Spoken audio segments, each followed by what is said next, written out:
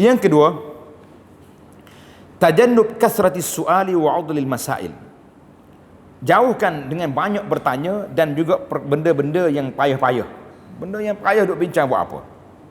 Dalam hadis Nabi sallallahu alaihi wasallam, innallaha kariha lakum qila wa qala wa kasratis su'al. Kariha lakum qila wa qala wa kasratis su'al.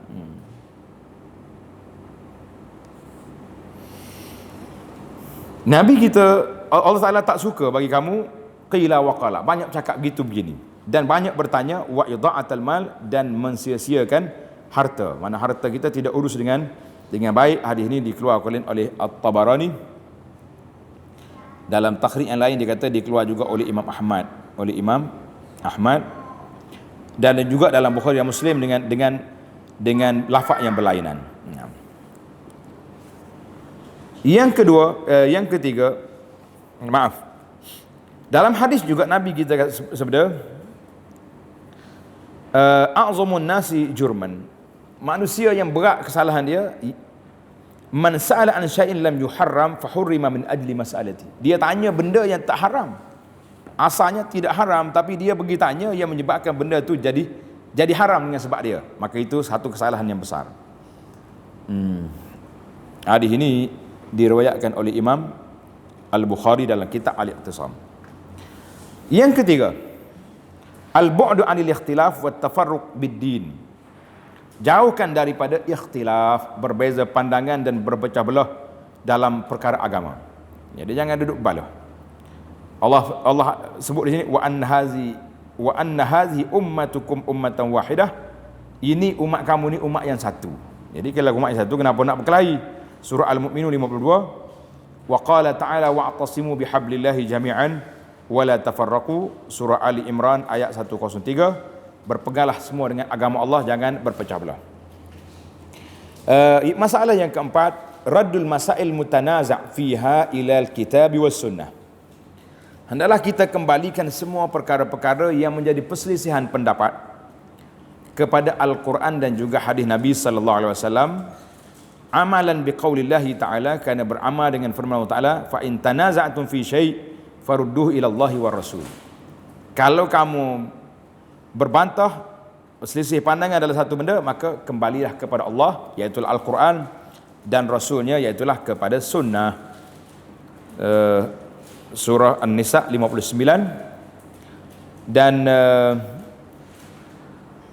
tengok, wa ma damatil masailud diniyah, apabila benda yang berkait dengan agama, maka telah dijelaskan seperti ini.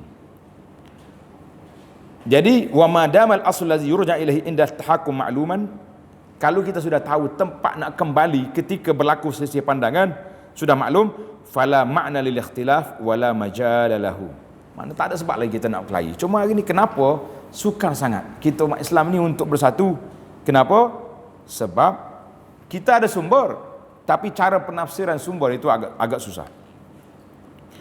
Allahu Akbar. Jadi semua para sahabat bila ada masalah kembali kepada kitab dan kembali kepada sunnah ala dawi hadhil qawaid, berdasarkan kepada kaedah-kaedah yang telah kita sebut di atas tadi. Saras sahabatu wa man ba'dahum minal qurunil masyhuri laha bil khair, semua para sahabat dan orang-orang selepas daripada mereka, daripada kurun yang al-mufaddal,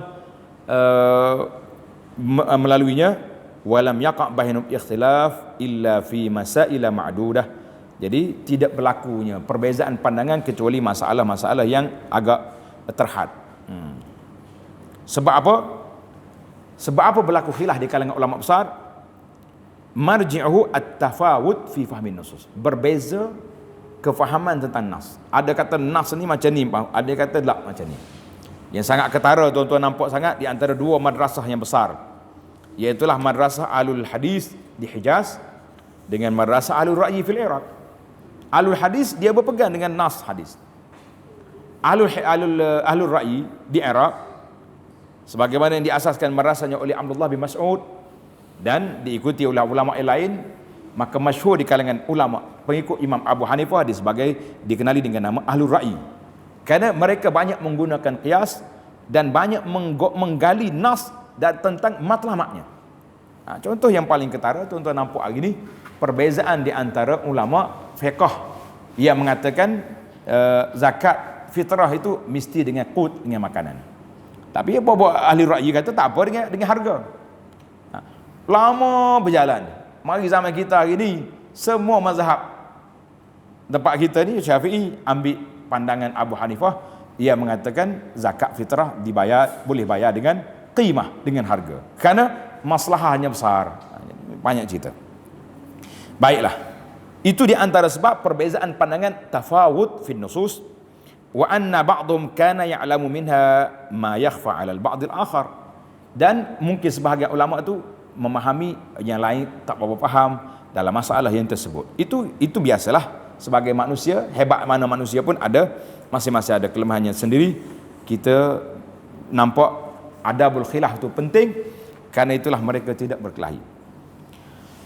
Falamma ja'a immatul mazahibil arba'ah, bila mari pada sampai peringkat imam-imam mazhab yang empat, tabi'u sanan man qablahum, juga mengikut perjalanan ulama-ulama yang dulu daripada mereka.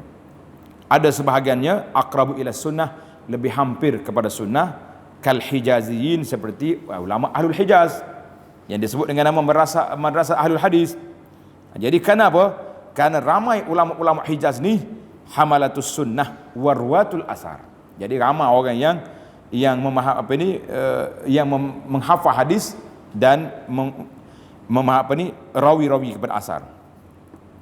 Wal ba'dul akhar kana aqrab ila ra'yi kal iraqiyin. Jadi orang Iraq pula lebih kepada pandangan ar-ra'i, seperti ulama Iraq allazina qalla fihim hafazatul hadis, kerana tak banyak hadis. Jadi kerana negara mereka jauh daripada Madinah, dan ataupun sebab berlakunya fitnah yang banyak di tempat mereka, sehingga sukar untuk memastikan mana yang betul dan mana yang palsu dalam riwayat-riwayat hadis. Cuma bila timbul isu ni yang mengatakan di Iraq tak banyak rawi, di Hijaz banyak rawi. Satu lagi, ada seorang syekh, nama dia Syekh Mustafa Zarqa rahimahullah, Ahmad Mustafa Zarqa rahimahullah taala, dalam buku dia Tarikhul Fiqh, dia mengatakan itu satu pandangan. Ia mengatakan di Hijaz banyak ulama hadis, yang di Iraq tak ramai. Tapi kalau kita nak total begitu sukar. Sebab Imam Ahmad duduk di Iraq, berapa ribu hadis yang dia hafal. Musnad dia ber-50 jilid cetakan baru.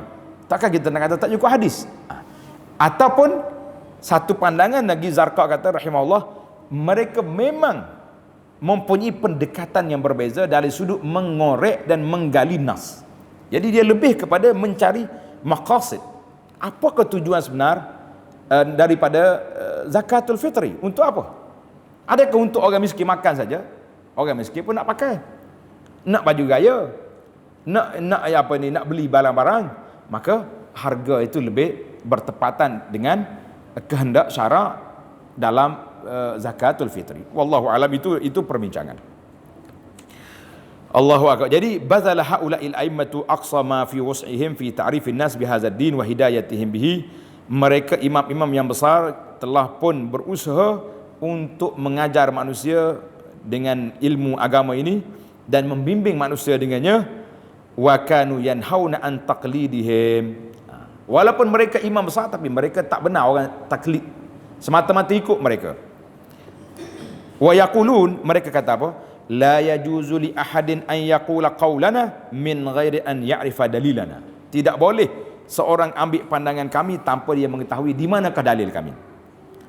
Wa sarrahu anna mazhabahum huwal haditsus sahih. Ada juga di kalangan imam yang mengatakan mazhab aku ialah hadis yang sahih. Iza sahal hadis fahuwa mazhabi. Kerana mereka tak mahu orang ikut mereka seperti ikut Nabi. Ikut Nabi, kita faham ke tak faham, memang kita kena ikut Nabi sallallahu alaihi wasallam. Tapi ikut imam bukan semata-mata ikut, tapi kita kena ikut dengan dalil sandaran yang mereka bawa. Bahkan tujuan mereka beristimbat itu untuk nak membantu manusia memahami hakikat perjalanan agama Allah. Itu peringkat awal. Illa anna an-nasa ba'dahum fatarat himamuhum. Tapi mari imam-imam yang kemudian lemah dia punya semangat. Da'ufat azaimuhum, dia punya keazaman yang mereka daif.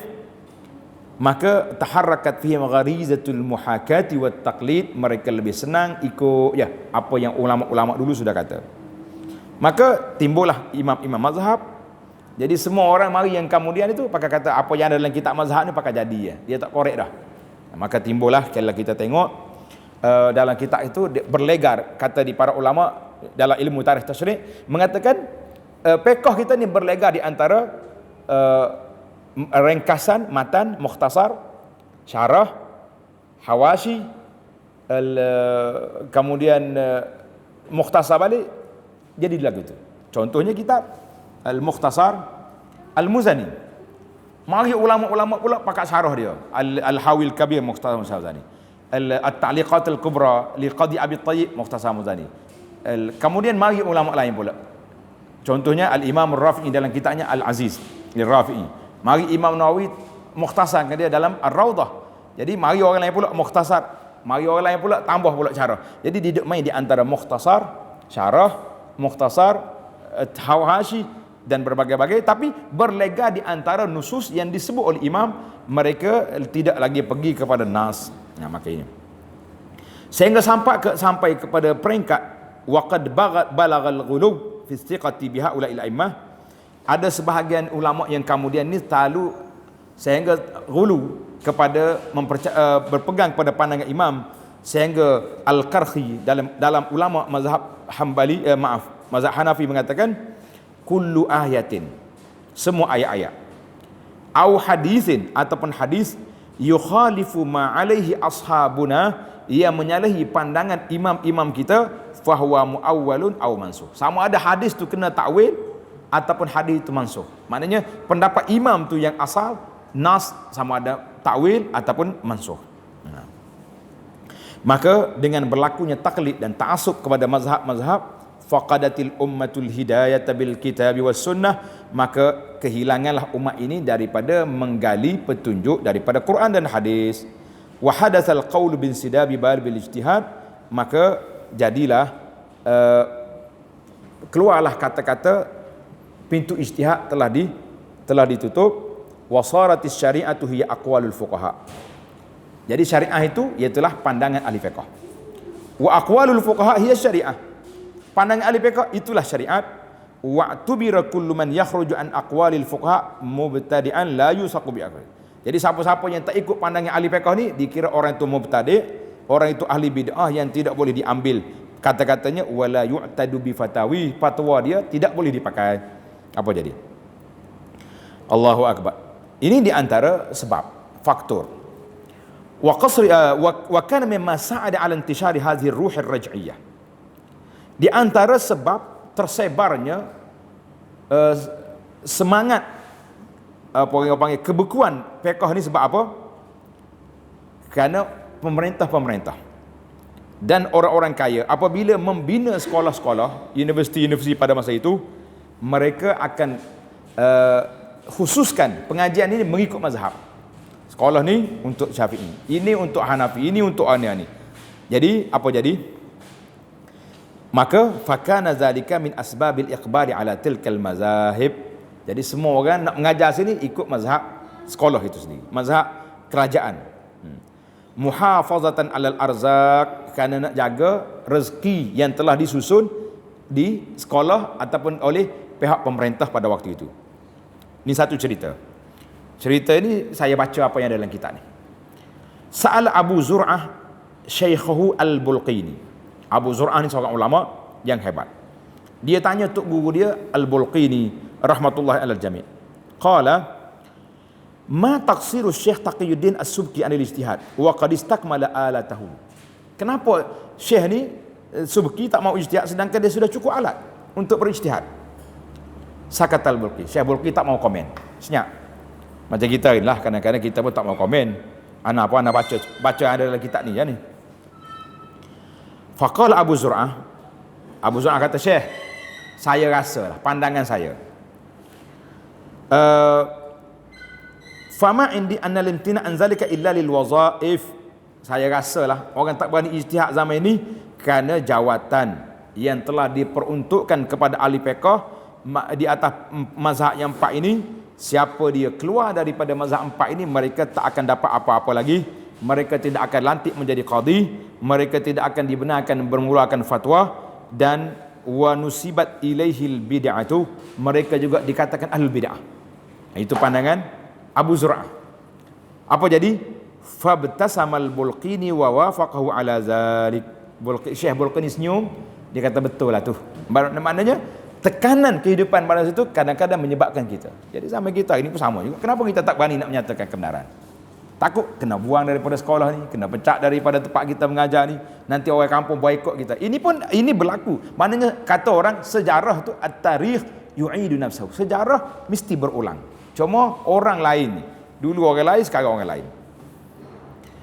Maka dengan bil uqufi ala taqlid, dengan berlakunya taklid, wa faqdil hidayati bil kitab was sunnah, dan kehilangan kita mengorek hidayah terus daripada Al-Quran dan hadis, wal qawli bin sidabi babil ijtihad, dan keluarnya kata-kata, tertutupnya pintu ijtihad. Apa jadi? Waqa'atil ummatu fi syarrin wa bala'in, maka umat ini duduk dalam keadaan kesempitan dalam masalah mereka. Wa dakhala fi hujri ad-dabb allazi hazzaraha Rasulullah sallallahu alaihi wasallam. Jadi kesan daripada itu apa jadi? Kana min athari zalika ikhtalafatil ummatu syi'an wa ahzabah, maka berlakulah perpecahan di kalangan umat Islam. Hatta innahum ikhtalafu fi hukmi tazawujil hanafiyyati bisyafi'i. Tengok, mereka berbeza pandangan. Khilaf ulama, sah ke tidak orang mazhab Hanafi ni kahwin dengan orang mazhab Syafi'i? Sah ke tak sah? Les, apakah orang mazhab ni berbeza agama sampai begitu sekali? Dengar ni. Faqala ba'duhum, kata sebagian ulama, la yasih, tak sah. Hanafi sama Hanafi, Syafi'i sama Syafi'i. Li'annaha tashukku fi imaniha. Dia tak percaya betul ke iman dia ni. Allahu akbar. Wa qala akharun, ada ulama lain kata yasihu qiyasan ala zimmiyah. Sah nikah sebagaimana boleh kahwin dengan orang-orang zimmi. Maknanya orang Islam boleh kahwin dengan perempuan ahlul kitab. Jadi sama jugalah laki-laki Hanafi boleh kahwin dengan Syafi'iyah, perempuan ini qiyas kepada zimmi. Subhanallah. Ini kita kata kama kana min asari zalika intisharul bid'ah, maka ketika itu lahirlah banyaklah benda-benda rekaan, wa ikhtifa ma'alimis sunan, maka tersembunyilah tanda-tanda sunnah Nabi sallallahu alaihi wasallam, wa khumudil harakatil aqliyah, maka bekulah pergerakan dari sudut ilmiahnya. Demikianlah keadaannya sehinggalah sampai kepada, panjang lagi lah dalam kitab ini, alhamdulillah, sehinggalah sampai kepada zaman-zaman yang kemudian ini, apabila kita lihat banyak masalah yang berlaku, maka para ulama berani mengeluarkan pandangan-pandangan masing-masing, dan untuk menguatkan pandangan telah ditubuhnya majami' al-fiqhiyah. Majma' al-fiqhi, contohnya seperti al-Majma' al-Fiqhi al-Islami di bawah Rabitah Alam Islami yang berpusat di Mekah. Majma' Fiqh al-Islam, Majma' al-Fiqh al-Islami di bawah OIC yang berpusat di Jeddah, telah mengumpulkan beberapa puluh ulama, beratus ulama dalam satu persidangan. Maka mereka membahaskan isu-isu yang baru berlaku dalam keadaan fiqhun nawazil, dalam bab keuangan, dalam bab perubatan, pindah anggota, bagaimana dengan duit kertas ni, nak ada nilai tak ada nilai. Maka ulama-ulama hari ini semasa meletakkan duit kertas tu mempunyai nilai keuangan, kerana itulah dia kena zakat. Tapi mari pejuang-pejuang dinar dengan dirham ni, dia kata ini kertas ni sampah saja, tak ada masalah apa-apa. Jadi apa kita nak buat? Sedangkan ulama-ulama ummah bersidang, maka lahirlah dia panggil fatwa jamaiyah, ijtihad jama'i, berijtihad ramai-ramai. Jadi alhamdulillah dengan adanya ini, banyaklah pintu-pintu ijtihad yang dulunya tertutup dibuka kembali, khususnya dalam masalah nawazil fiqhiyah, benda-benda yang baru dalam masalah fiqh. Jadi kesimpulan kita kepada mukaddimah kita ni, kita katakan dalam syariat perundangan ni ada dua kategori. Yang pertama dalam isu ibadat, maka isu ibadat tak perlu lagi kita bongkar, kerana ibadat itu telah sempurna. Cuma beberapa perkara sahaja. Contohnya dalam masalah solat atas kapal terbang. Dulu tak ada orang terbang, orang naik kuda dengan naik unta, maka berlakulah isu boleh sah tak sah solat atas kapal terbang. Dalam isu keuangan contohnya, bagaimana kita nak guna kertas. Dalam beberapa isu perubatan contohnya, tukar anggota dan sebagainya, jadi kena buat. Maka dalam perkara ibadat itu sangat terhad dia punya skop untuk berijtihad, bongkar kembali Kerana ibadat itu tauqifi, tapi dalam masalah muamalat, dalam masalah kerja buat manusia sangat luas. Jadi alhamdulillah, inilah mukaddimah ringkas, kita ringkaskan daripada mukaddimah kitab Fiqhus Sunnah. InsyaAllah kita akan masuk dalam siri yang akan datang, Kitabut Taharah, kitab yang membincangkan tentang masalah air. Subhanakallahumma wa bihamdika, asyhadu an la ilaha illa anta, astaghfiruka wa atubu ilaih. Wa sallallahu ala nabiyyina Muhammadin wa ala alihi wa sahbihi ajma'in, walhamdulillahi rabbil alamin.